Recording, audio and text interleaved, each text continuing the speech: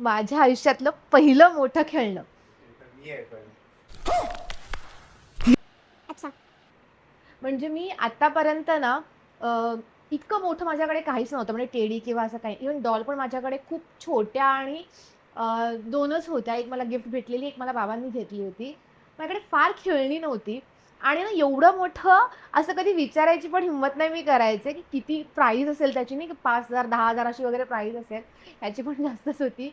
पण हा माझा फेव्हरेट कलर आहे म्हणून मी घेतलाय. टेडीमध्ये असे कलर नसतात मला. पण मला हा आवडतो कलर खूप जास्त. थोडेच पैसे फुकट घालवलेत. पण आता रिग्रेट नाही होत आहे. कधीतरी इच्छा पूर्ण झाली पाहिजे ना.